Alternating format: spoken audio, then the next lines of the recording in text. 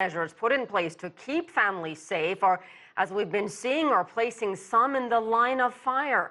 There has been a notable surge in domestic violence cases across the United States as well. Shruti Kapoor is founder of Sayfty Trust. She's a gender equality activist and economist, and she joins us via Skype from New York. Shruti, the numbers are really disturbing here, and we're seeing this alarming rise in domestic violence cases in the U.S. with all these families being in lockdown together. Is that really the reason we're seeing this?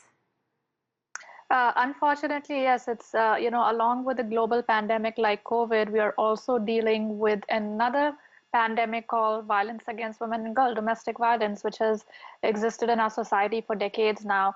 And now that people have been forced into lockdown situations with their family, with their partners, we are seeing rise in number of cases across the world. So whether it's India, UK, China, US, France, Spain, everywhere we are seeing rise in number of domestic violence cases because women and their partners are now being forced to live in the houses with their abusive partners.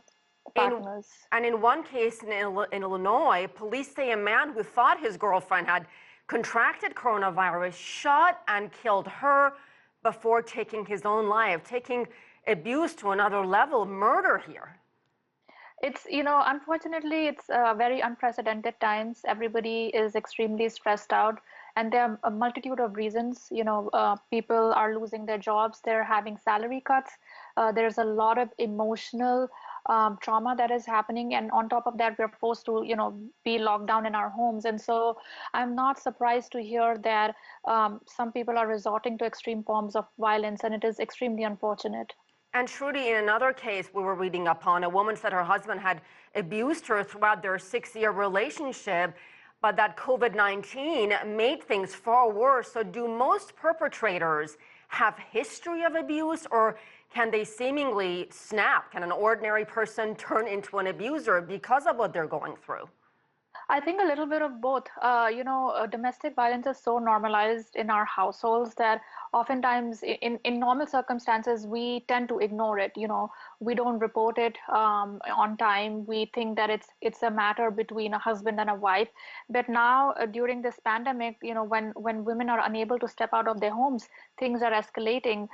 Emotions are really high. And so people who might have never been in abusive situations are finding themselves locked down with a partner who is now raising their hands or raising their voice at them.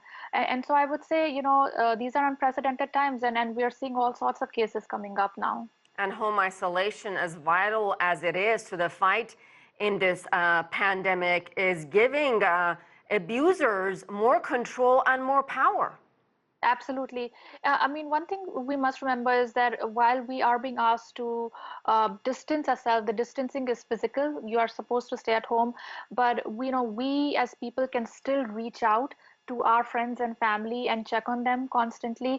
If we know somebody has been in an abusive relationship in the past, I think it is also upon us to reach out to these friends and families and check on them and make sure that there is a safe way of communication that we can establish between, women and girls and even children who are stuck in abusive homes. But what should be done, Shruti, if abused women are reluctant to reach out, are reluctant to make that call? I think there are a couple of things that people can do. One is ask them, how they would prefer to stay connected, and sometimes phone is not the best way. So there are a lot of creative ways by which one can stay connected. Nowadays you can get on an online game or an online chat, and through that you can use some code messaging to send out messages if you're uncomfortable or if you're unable to use the phone or get online and send an email to somebody. We've seen a lot of examples where people are using different kinds of apps to send encrypted messages to their friends or loved ones to say that they need help. Once you establish a safe passage of how to connect, also talk to them about a safe exit plan. If in case things get escalated, what is your code word for us? so that we can, reach out for help to the police. So establish that kind of a code word. Be supportive to them. Tell them that I believe you, I trust you, and I am there for you.